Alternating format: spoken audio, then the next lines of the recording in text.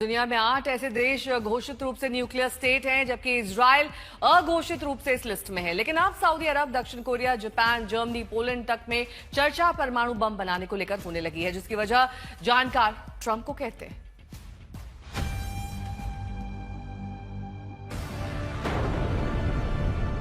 America ने Japan जितना परमाणु बम अगर किसी हालत में ईरान पर फेंका तो क्या होगा, ये कयास जंग की शुरुआत से लगाए जा रहे हैं। जापान पर अमेरिका ने 15 किलो टन का एटम बम गिराया था, जो आज के हिसाब से बहुत छोटा है।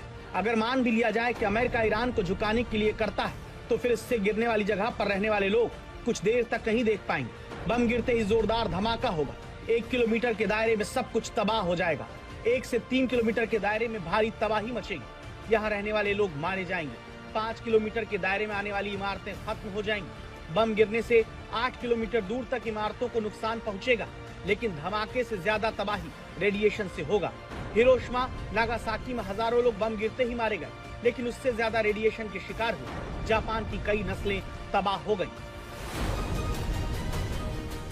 जापान में हुई इस तबाही की वजह से ही दुनिया भर में परमाणु हथियारों की होड़ खत्म करने के लिए कड़े कानून बनाए गए, जिनका उल्लंघन करने वालों पर प्रतिबंध लगाए गए।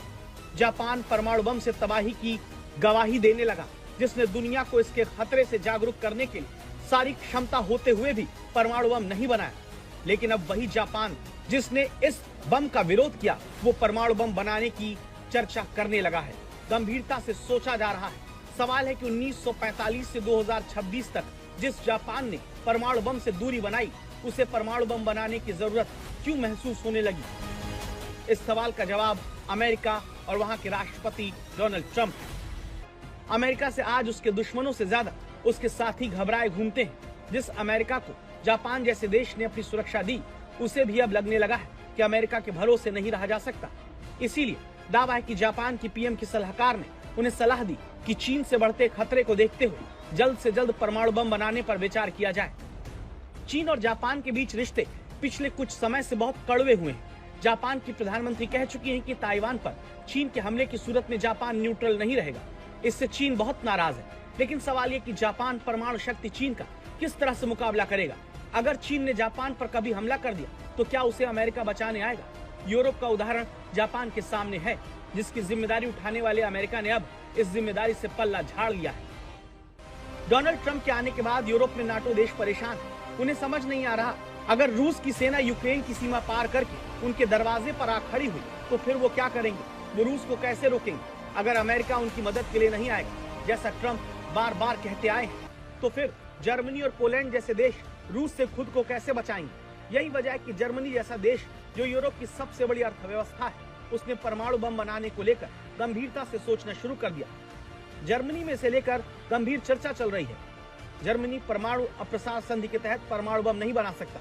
1990 में ही उसने ये भरोसा दिया।